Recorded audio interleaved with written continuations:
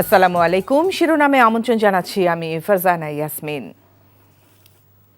কাল পবিত্র ঈদুল আজহা, তাই ঈদে বাড়ি ফেরা মানুষের প্রচণ্ড ভিড় বাস এবং ট্রেনে, মহাসড়কে দীর্ঘ যানজটের কারণে এবং বাড়তি ভাড়া নেওয়ার কারণে ভোগান্তিতে পড়েছে ঘরমুখ মানুষ। রাজধানীর সাইনবোর্ড থেকে সায়দাবাদ লোকে লোকারণ্য, নির্ধারিত দামে মিলছে না কোনো টিকিট। সায়দাবাদ বাস কাউন্টারগুলোতে এমন অভিযোগ যাত্রীদের।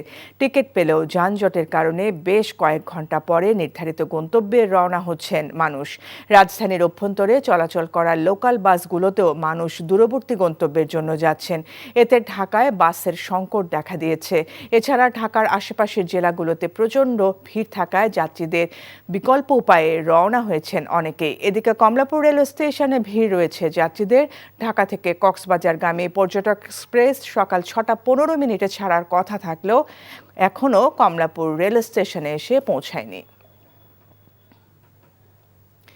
ঈদ যাত্রার আরো খবর জানতে এখন যাচ্ছি রাজধানীর কমলাপুর রেল স্টেশনে। সেখানে আছেন আমাদের সিনিয়র করেসপন্ডেন্ট নিয়ামুল আজিজ সাদেক। ঘরমুখ মানুষের ভিড় কেমন দেখছেন? ট্রেন কি সময় মতো ছাড়ছে?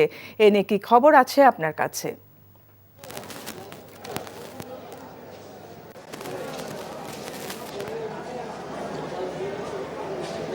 ফারজানা, মোটেই সময় মতো ছাড়ছে না। সকাল থেকে আপনি নিশ্চয়ই বলেছেন যে পর্যটক এক্সপ্রেস যেটি কক্সবাজারে ছেড়ে যাওয়ার কথা, সেটি 6:15 ছাড়ার কথা থাকলে এখন 10টা বেজে গেছে। সেটি এখন পর্যন্ত প্ল্যাটফর্মে এসে পৌঁছায়নি। আর আমার পেছনে যেটি আছে রংপুর এক্সপ্রেস, সেই রংপুর এক্সপ্রেসটি আসলে 9:10 ছাড়ার কথা রয়েছে। এখন 10টা বেজে গেছে, এখন পর্যন্ত এটি ছাড়েনি। এর কারণ হতে পারে যে এখানে যে অতিরিক্ত যে যাত্রী আপনি দেখতে পাচ্ছেন, এই অতিরিক্ত যাত্রীরা কিন্তু এখানে এসেছেন। অসংখ্য মানুষ স্ট্যান্ডিং টিকিট কেটে এই জায়গাতে অবস্থান করছেন এবং খুব ঝুঁকি নিয়ে। আমরা আপনাকে যদি ক্যামেরার চোখে দেখাতে চাই যে এখানে ছোট ছোট বাচ্চাদের নিয়ে তাদের মা বাবারা এখানে ছাদে আরোহণ করেছেন। অসংখ্য ছোট ছোট শিশু এবং অসংখ্য কর্মজীবী মানুষ যারা ঢাকায় ছিলেন তারা কিন্তু এখানে অবস্থান করছেন, ছাদে অবস্থান করছেন। এবং যে ভেতরের যে প্ল্যাটফর্ম, তার যে অবস্থা, তার চেয়ে প্রায় দ্বিগুণ মানুষ কিন্তু এই ছাদে অবস্থান করছে। এর কারণ হতে পারে যে স্বল্প মূল্যে তাদের নির্দিষ্ট গন্তব্যে যাওয়ার যে বিষয়টি, সেটি তারা নিশ্চিত করার জন্য ছাদে উঠেছেন। তবে এই নিয়ে কোনো তৎপরতা কিন্তু আমরা দেখিনি। এখানের যে স্টেশন মাস্টার থেকে শুরু করে রেল কর্তৃপক্ষ কিংবা যে পুলিশ আনসার, অন্যান্য সময় আমরা যেটা দেখে থাকি, সেটি আসলে আজকে আমরা লক্ষ্য করিনি। আর প্রতিটি ট্রেনে কিন্তু আধা ঘন্টা থেকে 45 মিনিট করে দেরিতে ছেড়ে যাচ্ছে, এটি আপনাকে বলতে পারি। তো এই ছিল সর্বশেষ অবস্থা। ফারজানা, আমরা জানছিলাম ঘরমুখ মানুষের ট্রেন যাত্রার খবর। শেষ সময়ে উত্তরাঞ্চলে যানবাহনের চাপ রয়েছে। গাজীপুরে ঢাকা টাঙ্গাইল এবং ঢাকা ময়মনসিংহ মহাসড়কে যানবাহন ও যাত্রীদের চাপ এখনও অব্যাহত রয়েছে। যানবাহন সংকটের কারণে বিভিন্ন স্টেশনে বিপুল পরিমাণ যাত্রীদের অপেক্ষা করতে দেখা যাচ্ছে। টঙ্গী থেকে শালনা পর্যন্ত ঢাকা ময়মনসিংহ সড়কে যানবাহনের সংখ্যা অধিক হওয়ায় দীর্ঘ সারিতে ধীরে ধীরে চলাচল করছে যানবাহন।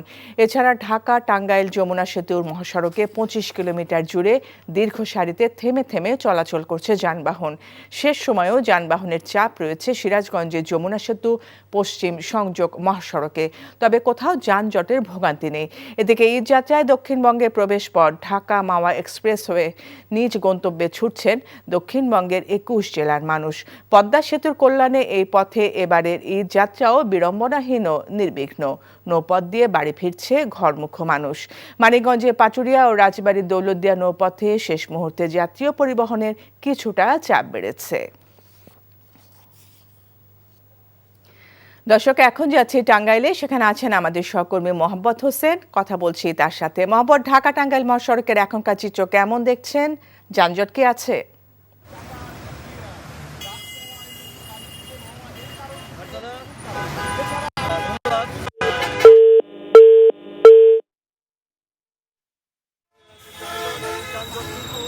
আজকে ভোর থেকে শুরু হয়েছে আর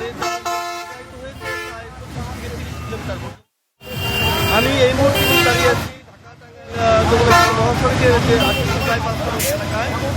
এখানে আমরা যেটা দেখছি যে আমরা দেখছিলাম ঢাকা টাঙ্গাইল মহাসড়কের সর্বশেষ চিত্র। খেলার খবর ক্রিকেট 2023 ওয়ানডে বিশ্বকাপে বাংলাদেশের ব্যর্থতার নেপথ্যে সাকিব তামিমের দ্বন্দ্ব ও কোচিং স্টাফদের মধ্যকার মতপার্থক্যের ভূমিকায় সবচেয়ে বেশি ছিল বলে উঠে এসেছে বিসিবির তদন্ত কমিটির প্রতিবেদনে আরও উল্লেখ করা হয় হেড কোচ চঞ্জিকা হাথুরু সিংহের নাসুমের গায়ে হাত তোলার সংবাদটিও গণমাধ্যমের কাছে ফাঁস করেন তামিম ইকবাল ও সাবেক বোর্ড পরিচালক জালাল ইউনুস। এছাড়াও বিশ্বকাপ চলাকালীন খেলোয়াড় ও বোর্ডের মধ্যে বিশ্বাসের ঘাটতি খুঁজে পেয়েছেন তদন্তকারী কর্মকর্তারা। ড্রেসিং রুমের তথ্য ফাঁস, গণমাধ্যমে খেলোয়াড়দের একে অপরকে ব্যক্তিগত আক্রমণের কারণে দলীয় পারফরমেন্সের আরও বেশি অবনতি ঘটে। তাছাড়াও বিশ্বকাপের ঠিক আগে কোচিং প্যানেল ও অধিনায়ক পরিবর্তন করার কারণে দলীয় ভারসাম্য নষ্ট হয়েছে বলে উল্লেখ করা হয় তদন্ত প্রতিবেদনে। শিরোনাম এটুকুই। এই খবরের ভিডিও সহ আপডেট জানতে ভিজিট করুন এনটিভি অনলাইন www.ntvbd.com। এছাড়াও এনটিভির জনপ্রিয় সব অনুষ্ঠান ও খবরের আপডেট জানতে ভিজিট করুন আমাদের ইউটিউব ও ভেরিফাইড ফেসবুক পেজ। 12টার মধ্যাহ্নের খবর দেখার আমন্ত্রণ রইল। ধন্যবাদ সবাইকে।